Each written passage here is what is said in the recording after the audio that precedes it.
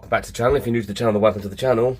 The reason I look such a mess is because I can't wash or shower or shave yet because the water pipe's broken. The waste water pipe for the grey waste is broken, so if I use anything, water's going to pee out all over the floor, all over the road, and you know, people moan about van life as enough without me having a shower and all of that and cleaning my teeth and there being all the soapy water all over the road. So I've been to Asda, thing like this, and I've bought some new bits to fix it.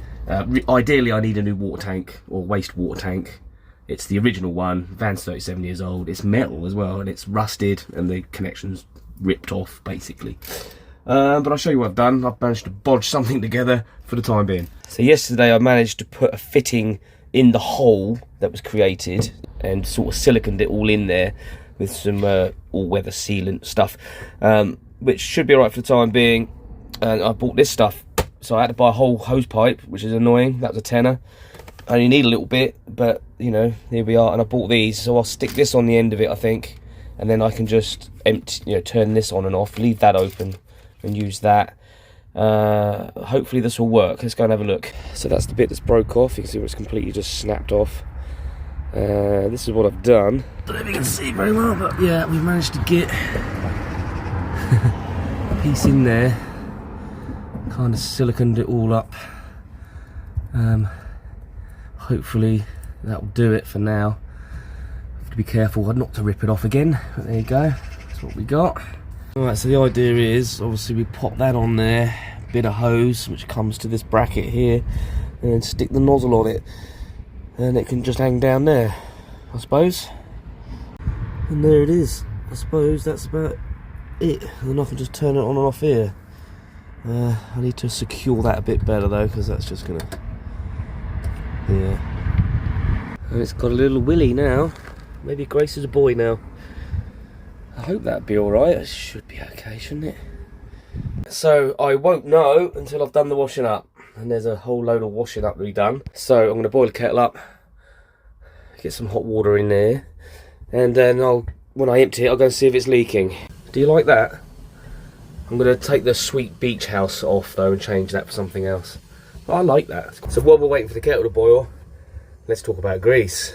I know quite a lot of channels have already covered this, so you're probably aware of it. If you're not aware of it, then Greece has brought in a blanket ban on campers, motorhomes, any kind of parking out in the wild, if you like. It means it's a €300 fine, I think it is, €300 fine, or 3 months in prison, per person I believe, as well, the fine, if you're caught parking your camper or motorhome or any vehicle adapted to sleeping in, blah blah blah, in any public space. There are some car parks you can use during the day, but not very many, as I understand it.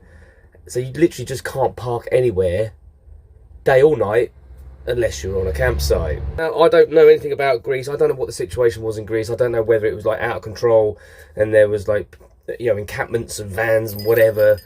Excuse me. It seems like a drastic thing to do, doesn't it? But it's also, it seemed like they did it kind of under the radar as well. It's like it wasn't publicised. This went in, this was passed in January, right?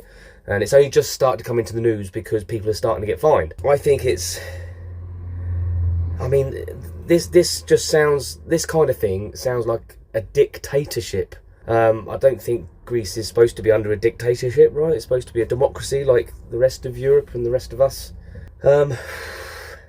I don't know what it's going to do to the economy for them, the tourist industry. Campsites aren't cheap anyway. I mean, are the campsites going to put their prices up now because they've got the monopoly on it? Are they going to build more campsites? Is there going to be more opening because, you know, they're going to have to accommodate a larger number? Maybe people are just going to boycott France. No, sorry. Maybe people are just going to boycott Greece, so they'll have less people going in their motorhomes and campers, which will affect businesses, surely, you know.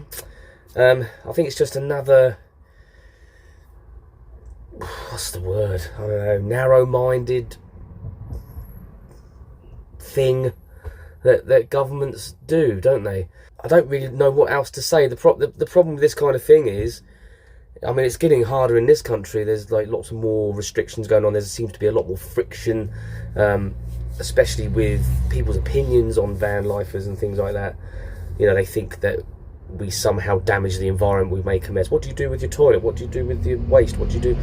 You know, people are confused. And if you watch Rhodes Home, one of his recent videos, which and he's the guy that did the protest in Morecambe, which is brilliant, by the way. We need more of that, and we're going to, you know, I think we'll see more of that. People were talking about van lifers outside of his van, and then he went out and, you know, chatted to them, didn't get angry or anything, but like disagreed with what their opinions were, and they were saying some really like sort of ignorant stuff, really, like, you know, and fair questions though, and saying things like, what do you do with your toilet waste? And Mark from Rhodes Home answered, well, you can pay a campsite, you can pay £5 to dump your waste at a campsite. Most campsites will let you do that. And they disagreed with him. They said, no, they won't. But they do. You know? So that's one way you can get rid of your waste, right, responsibly. And very cheaply. And it's that kind of attitude that people have. Is like, well, you must be dumping your toilet waste in the bushes or in the sea or in a river or in a pond. No, not at all. You know, you don't have to. And it's, you know, it's these things, you know. But anyway, I'm digressing a little bit. The worry for me is, if they've done it in Greece, are they going to do it here? Not sure if they would get away with it here, but then they got away with it in Greece, so I don't know. Is this the sort of thing you're going to start seeing? And if this does happen eventually, and it's just a blanket ban on any vehicle being able to park anywhere that's adapted to living in and cooking in and stuff, then what's that going to mean for the hundreds of thousands of people that are homeless in this country anyway? And what does it mean for our vans as well? They're going to be worthless, right? What does it mean for the motorhome industry, the camper van industry? I think there's over 1 million, isn't there? Something like that. Camper van or motorhomes on the road. If you collect, you know, all the collective, you know, part-timers, full-timers, whatever. My other thing as well is, like, I don't know what the exact figures are, but you can Google it.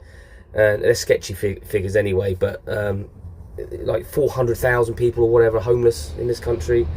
And if you do this, if the government decides to do that and put a blanket ban on van life, essentially destroying van life, then you're just going to add to that number, because we actually take some of the pressure off of the housing crisis. And most of us that live in vans, I know some people are forced to live in vans, and the Bristol situation, I know, and the Glastonbury situation where you've got lines and lines of caravans, that's not van life, that's a housing crisis. That's not van life. People need to understand what van life is and what housing crisis is, right? Most people that do what we're doing do it through choice. And we do pay our taxes, we do work, and we pay for everything. We're not freeloading, as people tend to suggest, you know? But some people don't. Some people are forced into it because they literally can't afford to live in a house. And the thing is, you know, even though we chose to do this, we were in that position where if we carried on living in a house, we were just getting further and further and further into debt, because as the bills went up and the rents went up, and it just got to that point. So we chose to do this instead of get into debt and get into trouble. And it might have been a case down the line that we would be going to the council and say, well, you need to help us. But we helped ourselves, right? And the thing is, I know I've banged on about this a lot, and other channels, and the reason why everyone's talking about it is because our lifestyle could be at threat. That in all walks of life, people are going to do things that annoy people. House lifers do things that annoy people. Boat lifers do things that annoy people. Van lifers, you know, do things that annoy people. The majority of people, though, in society or in any group, are decent and are respectful. You're always going to get the minority that will take the mick, right? So you can't, like, tarnish everybody with the same brush. That's what I'm trying to say with that, I think. It was a shock to find that out, that a country had even done that, because that is, like, in my opinion, I don't know about yours, is an absolute violation of your human rights. It's a violation of your freedom. It's, you know, I know rules are there for a reason, and we do try and follow them the best we can, but I think that is just totally unreasonable. And the way it's going at the moment, with all these parking bans, you can't park there, no overnight barriers and things like that, just because of a minority of people It's like we're kind of going that way, and like others have said, if we don't do anything about it and just roll over and let it happen, then it will probably happen. So, roads home, Mark, brilliant. Let's support what he's doing.